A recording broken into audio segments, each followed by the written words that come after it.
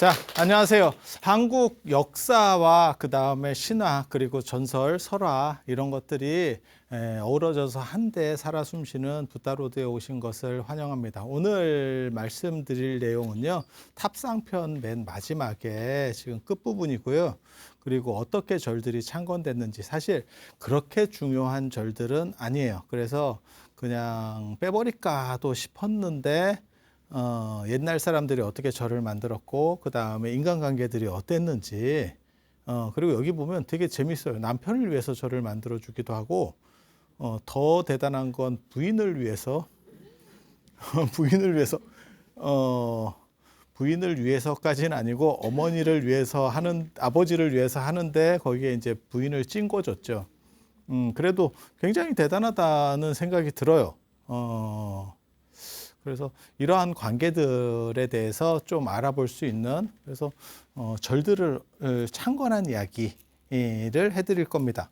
지금 구조적으로 보면 뭐가 나오냐면 이 탑상편 탑하고 불상 이야기예요. 탑하고 불상. 그래서 절탑 뭐 이런 이야기들이 나오는 거고 남월산 감산사라고 하는 데가 있습니다. 지금도 경주 괴릉 쪽에 가시면 그 뒤쪽에 있어요.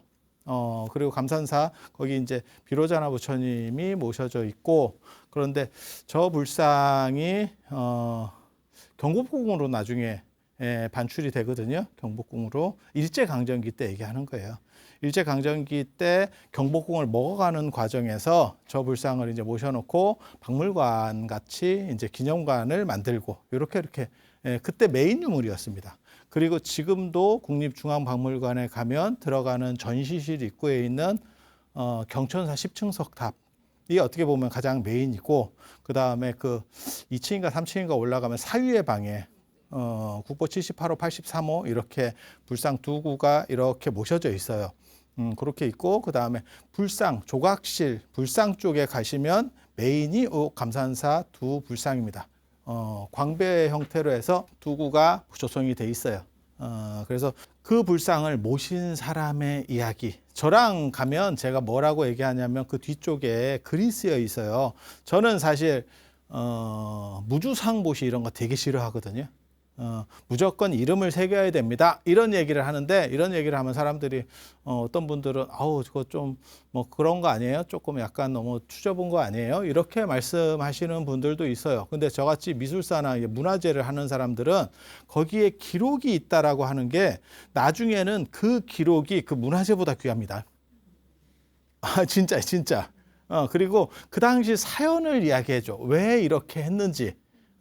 별거 아닌 것 같아요. 별거 아닌 것 같지만 지금 우리가 볼 때는 별거 아닌 것 같지만 그게 나중에 역사의 한 페이지로 그리고 생활상과 같은 부분은요 진짜 굉장히 중요한 자료입니다.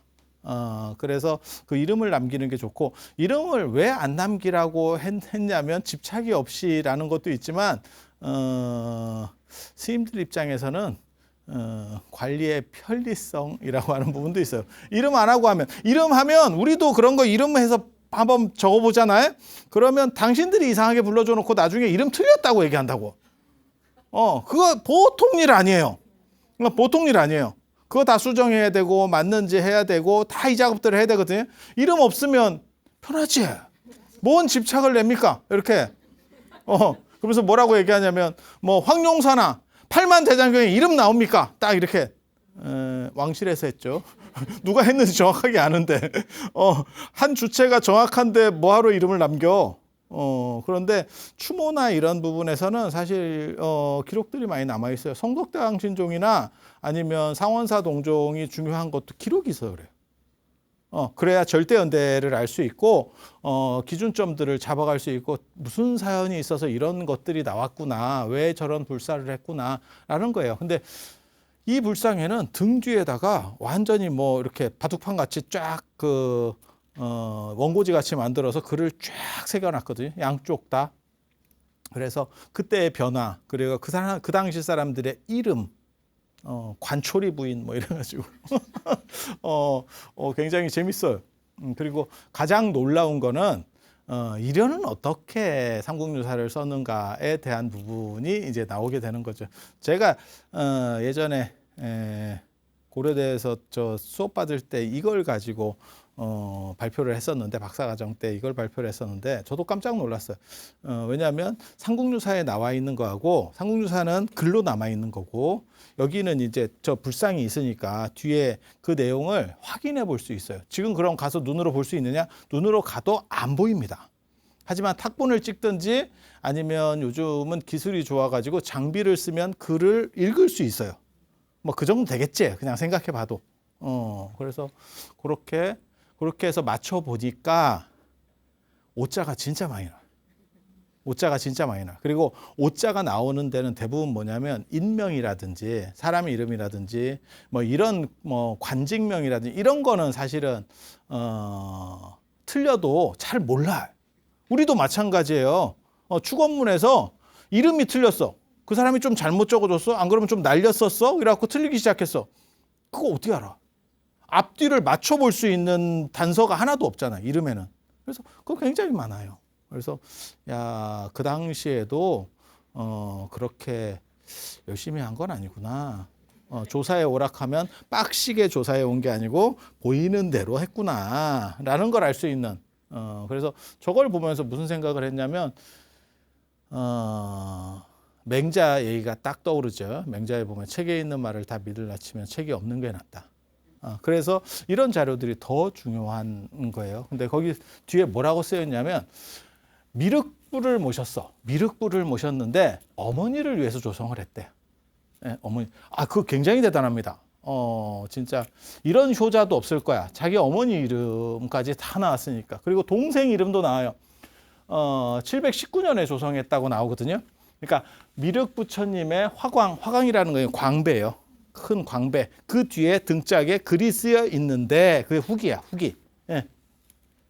김지성이라는 분이 발원자고 중하찬 벼슬을 했대. 그럼 육두품 중에서 이제 최고급까지 올라간 거예요. 진골은 아니고, 진골에서 이제 족강됐는가 봐. 그 조상들은 원래 진골 계열인데 떨어졌어.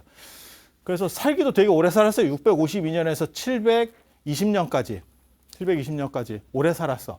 근데 되게 웃기는 게 719년에 조성했으면 야, 이게 조성하다가 저거는 테이프 끊었고 뒤에 거는 테이프 끊다가 돌아가시겠다라는 생각이 딱 들죠. 돌아가시기 전에 지금 하나를 만들었으니까 그 다음 거 하나 만드는데 시간이 또 걸리잖아. 그렇게 해서 아버지가 김인장이고 어머니가 관초리 부인이에요. 이것도 되게 재밌어. 아버지 이름은 한자식이고 어머니 이름은, 여자 이름은 굉장히 시골틱하죠. 굉장히 시골틱하죠. 그래서 다 안 바꿨구나. 얘네 이름 다 안 바꿨구나. 왜? 나중에 보면 누이는 고팔이고 전처는 고돌이고 후처가 아홀이야. 야, 이거 뭔가 이게 다 향원이구나. 우리식 이름이구나. 뭐 개똥이 이런 식 이름들이었구나. 그래서 남자들은 한자로 바뀌기 시작했고 여자들은 계속 그걸 쓰고 있구나. 그리고 리자를 되게 많이, 이거 되게 재밌는 거예요. 근데 고롤이 좀 그렇죠. 고돌이 아닙니다. 고롤입니다. 고롤이. 그리고 또 무슨 생각이 드냐면 누이는 고팔이고 전처가 고롤이면 이거 사촌 아닌가 이런 생각도 들거든. 이게 비슷한 것 같은데. 그리고 굉장히 잘 사신 분인가 봐. 전처하고 후처 이름이 같이 다들 에브리바디 같이 이렇게 넣어줬어. 그러니까 이런 사연들이 사실은 되게 재밌어요. 이게 아기자기하면서 재밌는, 그러니까 뭐 진흥왕이 황룡사를 창건했어요. 뭐 이런 거하고는 또 다른 재미가 있어. 그 당시 이 양반이 오래도 했어요. 67세에 은퇴를 했대. 야, 살기도 오래 살았고 은퇴도 67세면 지금도 67세면 자영업자 아니면 은퇴를 못하는 나이인데 67세에 은퇴를 하고 몇 년 뒤에 돌아가신 거예요. 지금 몇 년 뒤에 돌아가시는데 그 사이에 내가 우리 아버지 어머니를 위해서 해주겠다라고 해서 지금 불상을 돈을 들여서 크게 만들고 지금 절을 창건을 하고 하는 거예요. 그러니까 당신은 어떻게 보면 마지막 원력이지. 그렇게 해서 하고, 그런데 재밌게도 어머니 걸 먼저 만든다는 거예요. 야, 이거 진기한데. 보통 우리가 생각할 때는 아버지 거 먼저 하고 어머니 거라고 생각하는데 여성주의구나. 너네 여성주의구나. 그러니까 어머니에 대한 효를 강조하는 거는 인도 문화고 우리 전통에도 있었지 싶어요. 근데 그걸 찾아보기는 어려운데 지금 그 다음에 만드는 거는 아버지 거예요. 지금 두 분 다 돌아가셨다고 나오거든. 아버지도 돌아가시고 어머니도 돌아가셨다. 근데 어머니 걸 먼저 만들어. 굉장히 재밌죠. 굉장히 재밌죠. 그러니까 한국 문화들이 어떻게 바뀌었는지도 이게 추정해 볼 수 있는 그런 대목이에요. 그래서 이렇게 보면 어머니 관초리 부인을 위해서 이렇게 만드는데 어머니 관초리 부인은 어디에 산골했다는 것도 나와. 흔지가에 뿌렸다. 근데 이 흔지가 어딘지를 정확하게 몰라. 흔지가 어딘지를 정확하게 몰라. 흔지가에 뿌렸다라고 나오는데 그래서 저기를 어디로 추산하냐면 영일만 압니까? 영일만 친구? 포항입니다. 포항, 호미곶 이런 쪽 있는 쪽이 영일만이에요. 영일만. 그러니까 해를 맞이한다. 그러니까 옛날 사람도 그쪽을 알고 있었던 거야.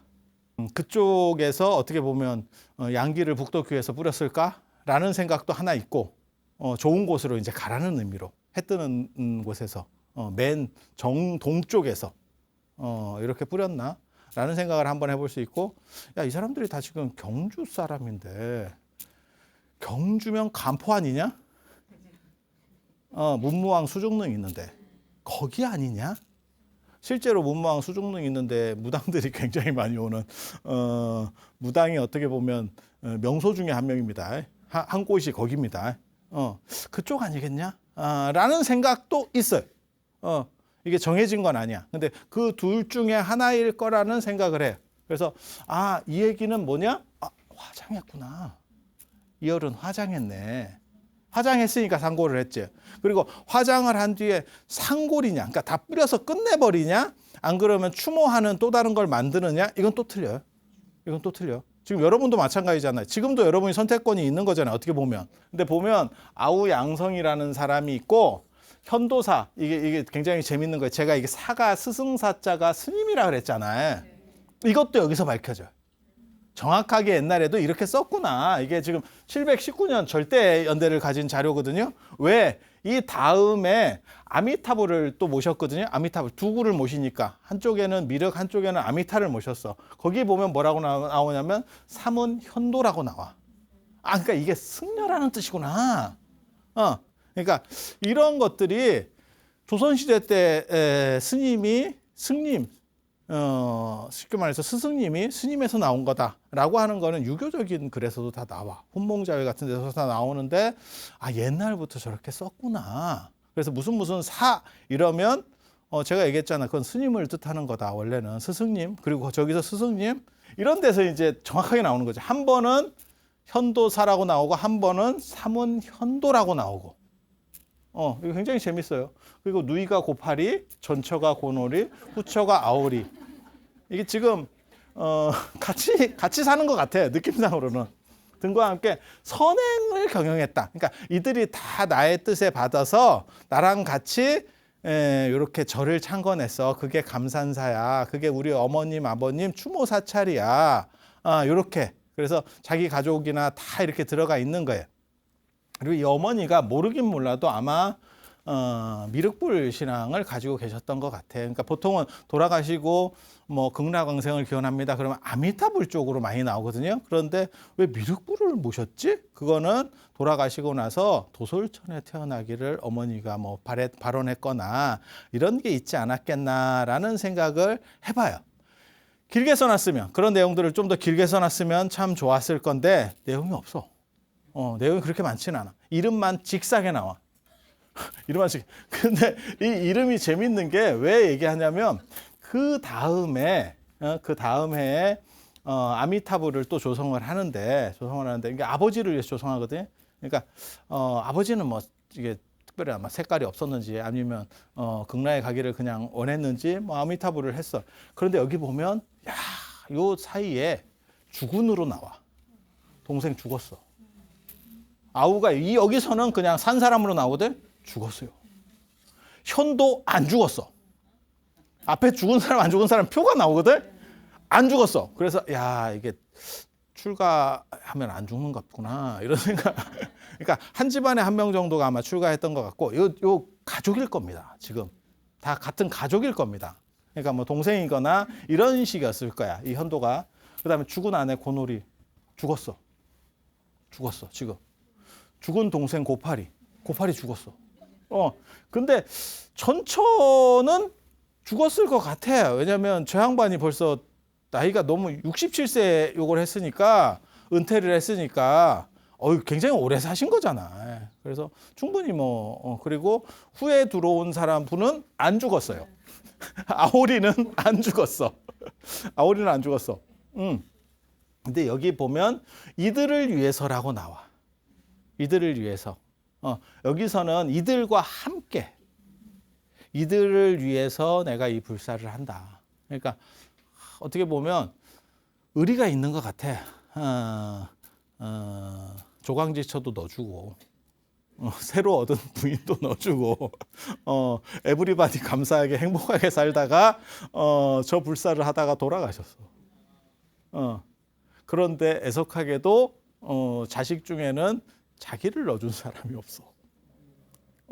만약에 내가 자식이면 우리 아버지가 저렇게 부모님을 할아버지 할머니를 위해서 했으면 내가 옆에서 그냥 다른 거 하나 조그맣게 또 하나 만들어서 뭐 약사부를 만들든지 뭐 해서 그냥 이렇게 해드렸을 것 같은데 절은 이미 이 양반이 다 만든 거잖아. 그러니까 거기다 그냥 하나만 추가하면 되거든. 근데 그게 안 되더라고. 그게 안 되더라고. 그래서 근데 아들이 없었나 싶기도 하고 왜냐하면 이렇게 보면 뭔가 이렇게 좀 아들이 나와야 되는데 얘기가 없어. 그래서 그렇게 그래서 요게 국립중앙박물관에 어떻게 보면 가장 대표적인 불교 불상 중에 한 분인 두 분이 정확하게 말하면 미륵과 아미타 그리고 그 부처님들이 등 뒤에 새겨져 있는 내용을 통해서 알 수 있는 것들이에요. 그래서 절대연대도 파악할 수가 있고 그거는 미술사적으로는 양식을 파악하기가 굉장히 좋아요. 연대가 뚜렷하게 나오니까 719년에 이거 만들었어요 라고 박아버리니까 그래서 기록을 남긴다는 게 무지하게 중요한 거예요. 제가 그래서 그 얘기 하잖아요. 현장 스님이 엄청나게 많은 경전을 번역했어. 그런데 오늘의 현장을 있게 만든 거는 현장의 기행문입니다. 현장의 기행문입니다. 대당서역기 자은전이라고 하는 현장의 기행문이야. 그러니까 우리가 지금 생각하는 중요한 것과 나중에 중요한 것이 달라질 수 있어요. 달라질 수 있어. 그리고 기록이라고 하는 거는 진짜 다 중요해. 그래서 저 같은 경우는 최대한 내용도 조금이라도 적으려고 하는 게 있어요. 그래서 그렇게라도 남아가는 거죠.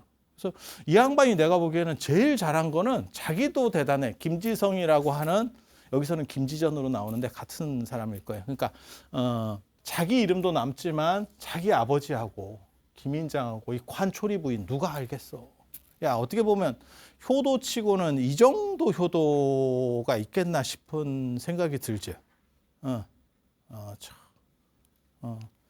돈 들여서 뭐 봉양해드리고 뭐 해드리고 다 그런 것도 중요한 건데 야 남겨주는 걸로는 이상 1300년이 남았다. 1300년. 오늘날까지 우리가 쓴 사람이 이거 보고 이런 사람들이 이렇게 화목하게 살았어요. 그리고 너무 재밌지 않아? 전부인과 후부인을 같이 이렇게 넣어서 가고 있다는 게 굉장히 잘한 것 같아. 그리고 그들을 위해서라고 부인을 위해서 해준다는 게 여성이 좀 떨어지는 시대에는 저거 못 넣습니다. 저런 거 넣으면 탈불출이라고 하는 거예요. 아니 여러분 조부모님이나 여러분 부모님 세대들의 인식을 봐봐.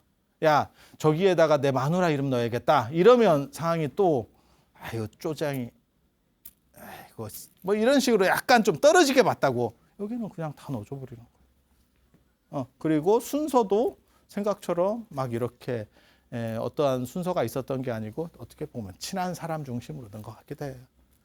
그 다음에 이제 요 감산사 끝나고 고이산 철룡사, 고이산이라고 남산에 있는 고이봉이라고 하는 게 있어요.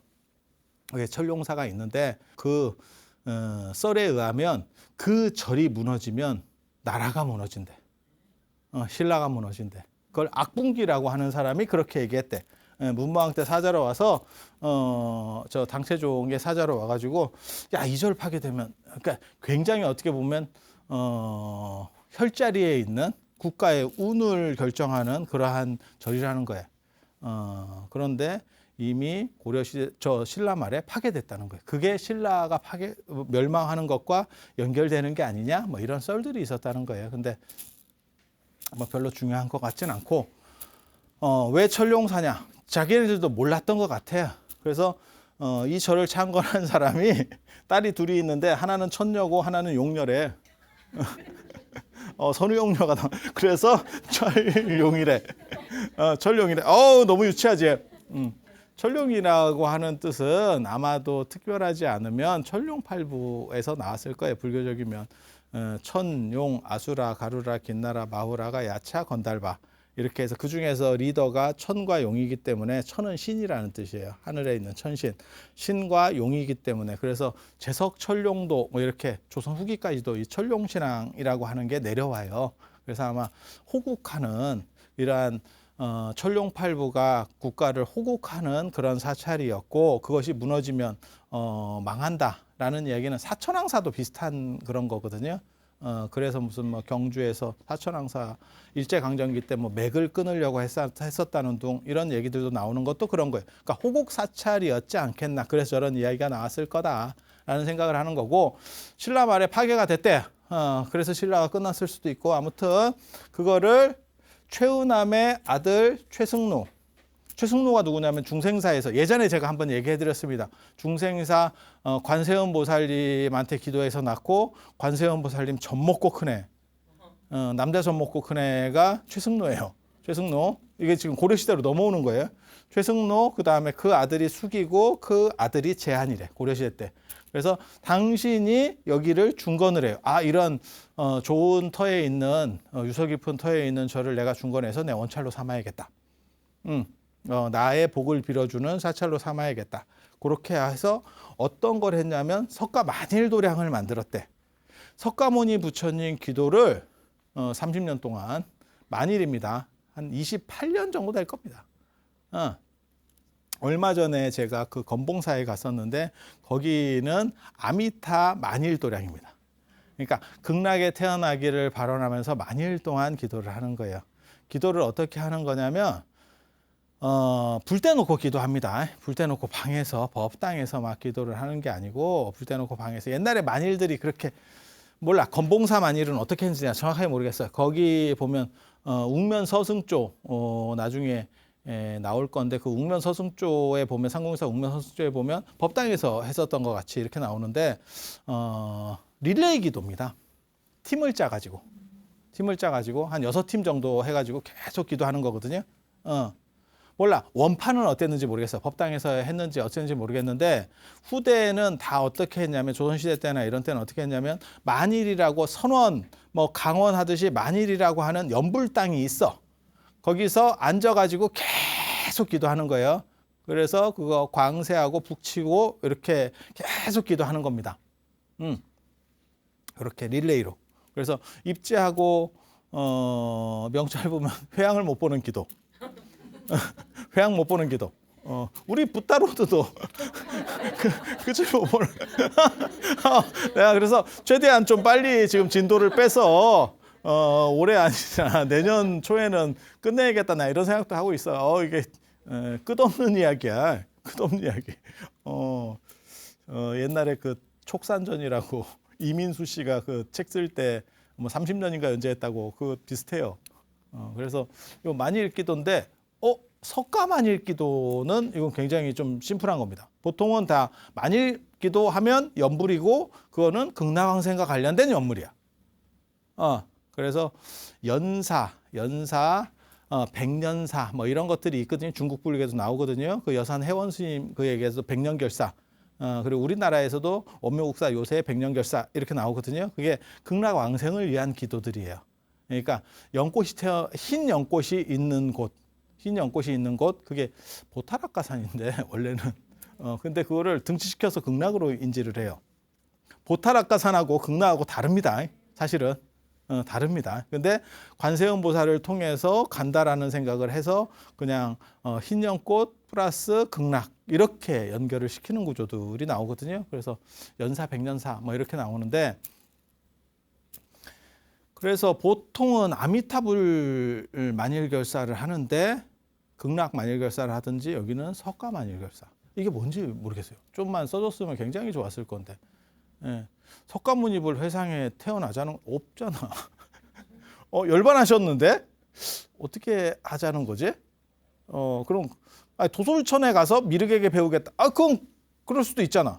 극락에 가서 아미타 부처님의 거기서 배우겠다. 그럴 수 있지.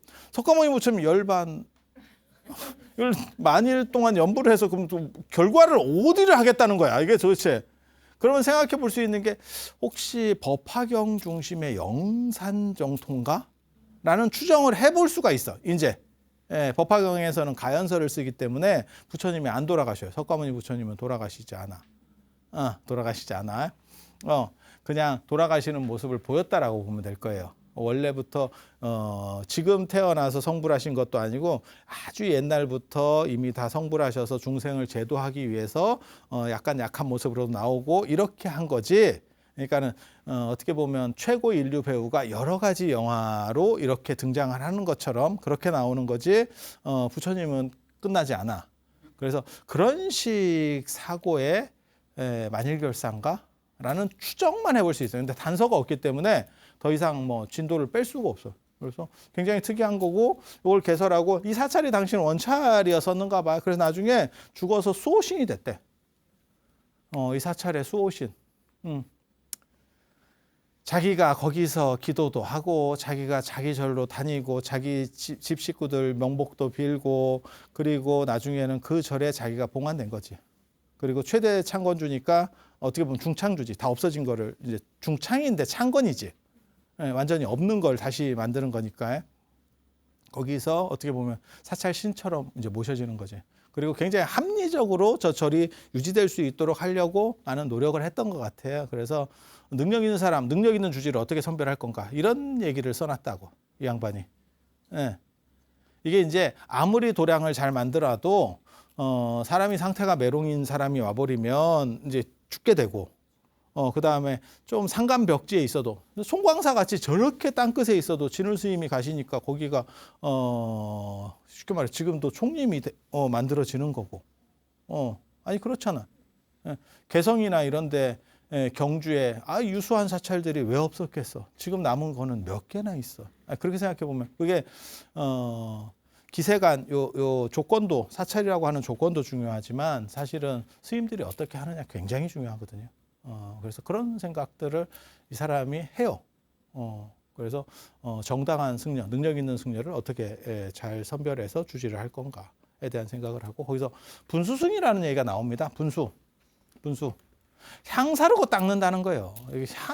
향은 생략 대상이 아니라니까. 옛날에 승려를 분수승이라 그랬어. 분수승. 그 다음에 그러한 어떻게 보면 부처님을 잘 모시면서 사는 그 정각 옆에 일로향각, 일로향각 그렇게 다 있는 거죠. 그러니까 향이 메인이에요. 그래서 제가 늘상 얘기하잖아요. 향은 생략 대상이 아니다. 그래서 유교든 불교든 향을 다 피우고 했었다. 이렇게. 그래서 그런 것도 다 기록에 이렇게 남아 있는 거예요. 자, 그 다음 절 한번 봅시다. 경주에 있었던 경주 암곡동의 무장사. 개인적으로 저 절 갈래다가 길 잘못 들어가지고 산 넘어갈 뻔했어요. 고생만 개고생하고 결국 못 찾아갔던 절. 무장사. 트라우마가 있는 절인데, 원성왕 신라 하대 어떻게 보면 그 괴릉이 원성왕이에요. 그러니까 하대를 본격적으로 열어제친 군주 원성왕 아버지는 왕이 아니에요. 그래서 추정된 거고 명덕대 왕의 이 사람이 원성왕의 아버지가 숙부를 위해서 숙부하고 뭐가 관계가 좋았는가 봐. 그래서 절을 하나 지어줬대. 뭔가 사연이 있었겠지.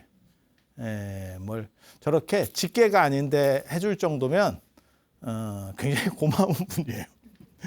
굉장히 고마운 분이에요. 자식이 없어서 전부 밀어줬거나 뭐 이런 관계들 대충 추정은 해볼 수 있지. 왜 숙부를 위해서 하지? 이렇게. 그리고 그 집 자식은 뭐 하노? 이 생각도 할 수 있는 거고. 권력적으로 밀어줬든지 뭐 이렇게 굉장히 잘 도와줬었는가 봐. 그래서 그분을 위해서 요 절을 만들고 그 미타 이 절을 이제 무장사라는 절을 만들었는데 거기에 나중에 미타 고전이라고 하는 게 미타전이 아미타 정각이 다시 들어와요. 그 절 안에. 예. 그러니까는 요 원성왕 아버지가 숙부를 위해서 지어준 사찰이 무장사. 그리고 나중에 이제 추가되는 거예요. 미타전이 추가되는 거예요. 오래된 미타전이라는 뜻이거든요. 누군지는 모르겠는데 왕비가 야 이게 되게 재밌다. 개화왕후라는 사람인데 남편을 위해서 저 정각을 짓고 추모 공간을 만들어 준 거야. 야, 저것도 굉장히 대단하지 않아? 왜냐하면 왕실 같은 경우는 남편이 왕비만 보고 있지 않아.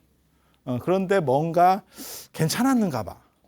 나 저런 거 읽어보면 무슨 생각 드냐면 조선으로 말하면 문종 같은 사람들 굉장히 좀 이렇게 성실한 분들이거든요.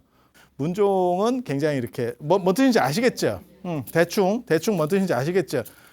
그렇게 아니 왕이라도 그런 분들이 있어. 그거는 성향이기 때문에 사람 성향이기 때문에 그리고 부인을 잘 만나야지. 이제 마음에 드는 부인을 만나면 잘 합이 맞는 사람들이 있거든.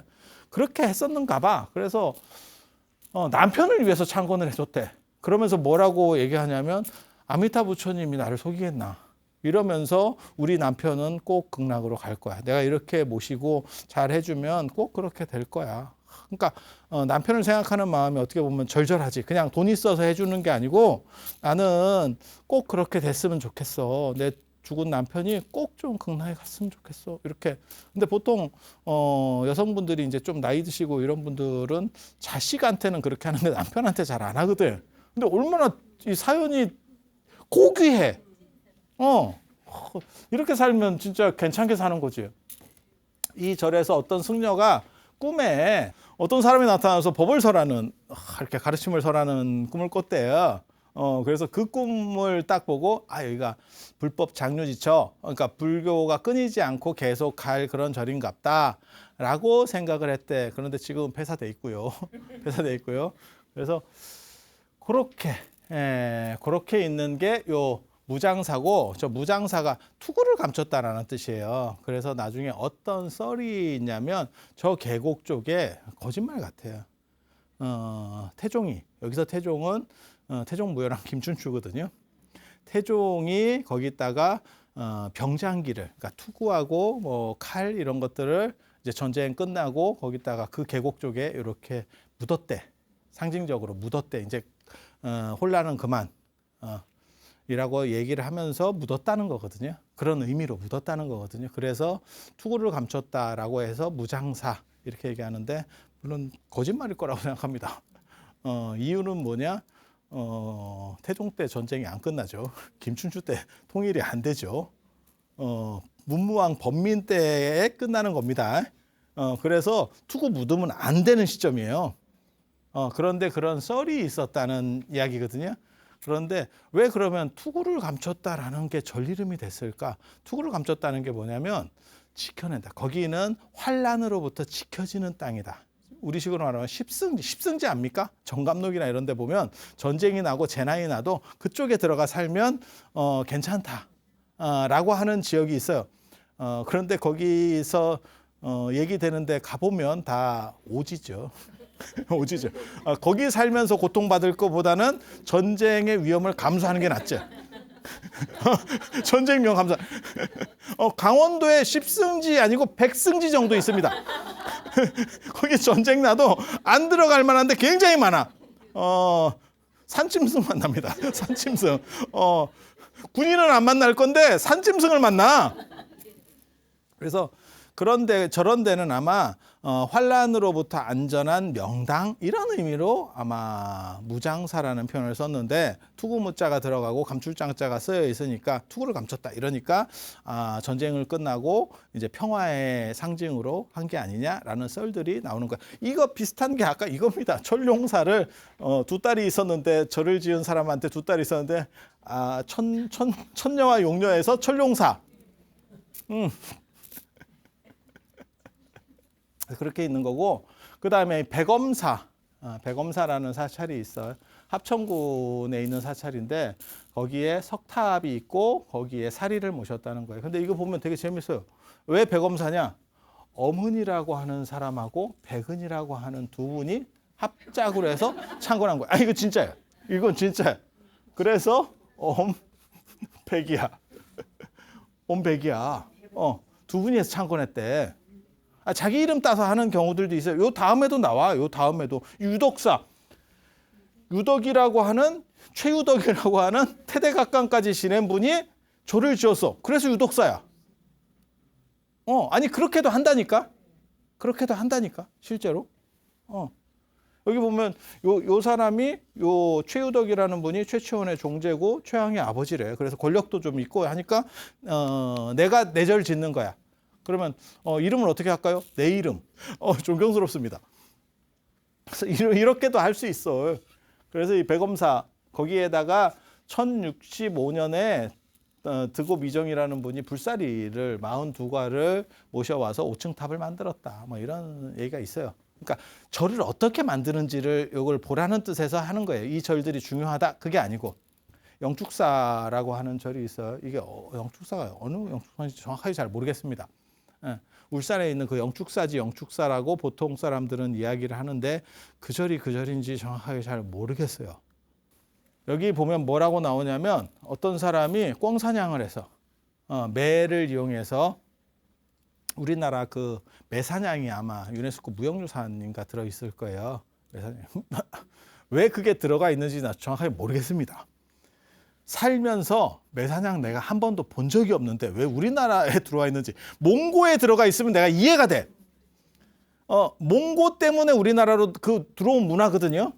그런데 여기 보면 몽고 때 이전에도 있었구나 라는 걸 생각을 해볼 수 있어. 이게 매사냥 얘기가 나오거든요. 지금 여기서도. 그렇게 매사냥을 했는데 거기 매방울을 달아요. 매방울을 달아. 매방울이 딸랑 이 노래도 있잖아. 그렇게 가는 거야. 왜? 나중에 못 찾아. 안 그러면 매가 다 뜯어버려서 지가 절단을 내요. 그래서 빨리 가서 잡아야지. 이해가 되시죠? 그렇게 해서 매사냥을 하는데 꿩이 이제 잡히는 거죠. 그래서 쫓아갔더니 매가 나무 위에 이렇게 앉아 있고 꿩은 우물 속에 들어가서 몸을 피하고 있대. 그래서 이제 잡으러 이렇게 들어가 본 거지. 이렇게 쳐다본 거지. 그랬더니 우물 안에 봤더니 우물이 핏빛이더래. 아마 조금 당한 핏빛인가 상서로운 핏빛인가는 잘 모르겠는데 당해서 그런 거 아니겠나 싶어. 몇 번. 그런데 거기에 밑에 왜 저러고 있나를 봤더니 꿩이 이렇게 감싸고 있는데 그 밑에 새끼가 있더래. 그리고 매도 측은한지 공격하지 않더라. 이렇게. 측은한 게 아니고 우물로 들어가서 하기는 쉽지 않을 것 같은데 그래서 생각하고 있는 것 같은데 이건 내 생각 이거 내 생각이야. 그래서 그렇게 되어 있더래. 그래서 이 자리가 뭔가 좀 약간 신령한 자리인 것 같다. 이렇게 해서 거기가 원래 현청 자리였는데 관공서 자리였는데 그걸 밀고 영축사를 지었다 라고 하는 내용이에요. 그런데 낭지숭은 보현조 나중에 또 나올 겁니다. 그 낭지숭은 보현조에 보면 영축사기가 나옵니다. 영축사기라고 하는 책이 나오고 거기에 형목사라고 하는 절이 나오고 영축사라는 절이 나오거든요. 이 영축사가 이 영축사인지는 모르겠어요. 여기서 나오는 이게 형목사가 영축사인지도 좀 모르겠어요. 왔다 갔다 해. 그런데 이 절이면 이게 지금 엄청나게 연대가 올라가는 낭지 스님의 저 영축산으로 들어온 지가 저 울산이거든요. 울산으로 들어온 거는 527년이라고 되어 있거든. 그래서 그렇게 되면 엄청나게 빠른 기록이 되는데 그런데 무슨 뭐 현청이 들어서고 그게 가능한가? 그래서 두 개로도 볼 수 있고 뭐 우기면 하나로도 볼 수 있고 지금은 울산이나 이런 쪽에서 나오는 자료를 보면 저기가 그냥 영축사인 걸로 그 울산 영축사인 걸로 이 설화가 있는 게 그냥 이 꿩 얘기가 나오는 게 그냥 영축사인 걸로 그렇게 얘기들이 되고 있습니다. 그래서 오늘 말씀드린 것들은 사실은 어떻게 절이 만들어지고 그 다음에 그 사연들, 그러니까 원찰들 이런 이야기들에 대해서 말씀을 드렸고요. 이걸로 탑상편은 끝나고 그 다음에 이제 한 권이 넘어가서 의회편. 다음부터는 의회편. 그리고 요까지 요게 조금 길고 여기는 금방 내려갈 거예요. 별로 많지 않아요. 신주는 주술. 어떻게 보면 영험한 능력을 보이는 거, 감통표는 감응하는 거. 그 다음에 피은이라고 하는 건 은자, 숨어 있는 사람들, 효선이라고 하는 거는 효행한 사람의 이야기라고 보시면 돼요. 그래서 뒤쪽은 얼마 없고 의회편에 큰 스님들 전기가 나와요. 그래서 다음 시간에 원강 스님 이야기부터 해드릴 수 있도록 하겠습니다. 자, 들어줘서 감사합니다.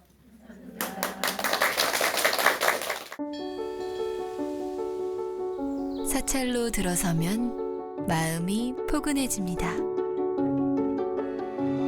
힘들었던 기억은 내려놓고 나를 찾는 시간을 가져봅니다.